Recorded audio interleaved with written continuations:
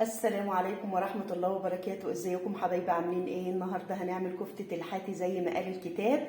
النهاردة هقول لكم على اسرار وتكات لأول مرة تسمعوها. خليكم معايا لآخر الفيديو لأنكم هتستفادوا جدا. يلا بينا نشوف المقادير وطريقة التحضير.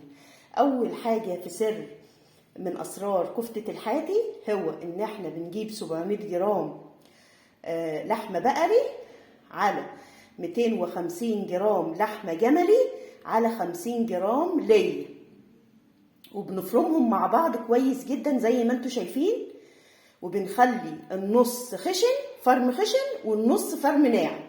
واضح كده؟ ده اول سر. طيب تاني سر من الاسرار كفتة الحاتي، هما في المحلات والمطاعم ما بيحطوش بصل زي ده. ده بصل مفروم مبشور على المبشره. هنا انا هحط بصل، هم هناك ما بيحطوش بصل، امال بيحطوا ايه؟ بيحطوا منكهات فقط لا غير. يعني ايه منكهات؟ يعني بصل بودر، توم بودر، بهارات كفته، سنه من جوز الطيب، واللي ما بيحبش جوز الطيب هي كفايه بس البهارات الكفته، وسنه من الكبابه الصيني. الكبابه الصيني بتليق جدا مع اللحوم يا حبايبي، اللحوم الحمراء يعني. واضح كده؟ طيب انا هنا عاملاها كفته عاديه مش كفته حاتي، فلذلك عملت بصله مبشوره، بصله كبيره مبشوره على كيلو اللحمه. وزي ما قلنا كيلو اللحمه هنقسمه 700 جرام لحمه بقري، 250 جرام لحمه جملي، 50 جرام ليا، ونفرمهم نص فرم ناعم ونص فرم خشن. تمام كده؟ يبقى ده اول سر من اسرار كفته الحاتي. كفتة الحاتي ما بيتحطش عليها بصل ولا خضار خالص، امال بيتحط ايه؟ منكهات زي ما انا قلت كده. طيب هنا انا هحط بصله مفرومه ناعمه، وحاطه معلقه كبيره فلفل اسود، ومعلقه وسط متوسطه شطه، ودي تبع الرغبه، مش عايزه تحطي شطه براحتك، وهنا معلقه ملح. واضح كده؟ طيب هنعمل ايه؟ هنبدا نحط المكونات، المقادير على اللحمه. الفلفل الاسود، ادي الفلفل الاسود، وادي البصل،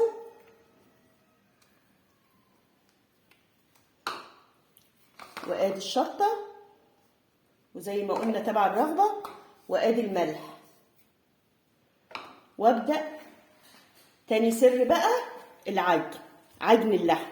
حد يقول هي اللحمه بتتعجن؟ ايوه بتتعجن لحد ما تفتل. اقعد اعجن فيها لحد ما تفتل. تفتل يعني ايه؟ يعني تبقى زي ما انتوا شايفين كده مطلعه فتل.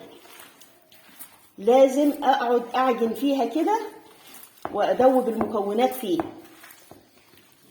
دي اسمها كفته بيتي مش كفته حاتي. لكن كفته الحاتي بيتحط عليها منكهات بس، ما بيتحطش عليها بصل ولا ايه، ولا بيتحط عليها خضار خالص اللي هم بيعملوها في المطاعم. انا قلت لكم على الاسرار بتاعه المطاعم وايه واسرار البيت. دي كفته بيت. شايفين بدات تفتل؟ شايفين الفتل؟ شايفين اللحمه بدات تفتل معايا ازاي؟ هو ده العجن المظبوط عشان تتعمل معايا صوابع كويسه، مصبعها تتصبع معايا كويس. بعد ما خلصت عجن فيها كويس قوي، هبدا اصبع على معلقه او على خله او على اي حاجه بقى انت ايه تحبيها. زي ما انتوا شايفين كده هبدا اصبع صباع الكفته اهو. شايفين؟ ما بيفكش معايا اهو، ما بيفكش معايا. ليه؟ عشان انا خدمتها كويس، عجنتها كويس. وابدا اشيل كده واحط على الطبق. زي ما انتوا شايفين خلصت تصبيع الكفته، وهنشوف الخطوه الجايه هنعمل ايه.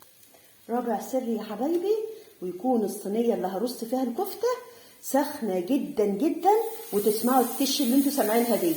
شايفين؟ ده رابع سر. ليه؟ عشان ما تنزلش ميتها، وعشان ما تسليش الدهن اللي فيها، وكمان ما تكشش. تمام كده؟ نرص الكفته مع بعض كده زي ما انتوا شايفين، وندخلها الفرن. زي ما انتوا شايفين الصباع يعني زي ما انا حاطاه في الصينيه بالظبط، ولا خس ولا كش. امشوا على الخطوات وامشوا على النصايح، ويا رب اكون فدتكم. ما تنسوش بقى تدعموا لي القناه وتعملوا لي لايك وشير وسبسكرايب، والسلام عليكم ورحمه الله وبركاته.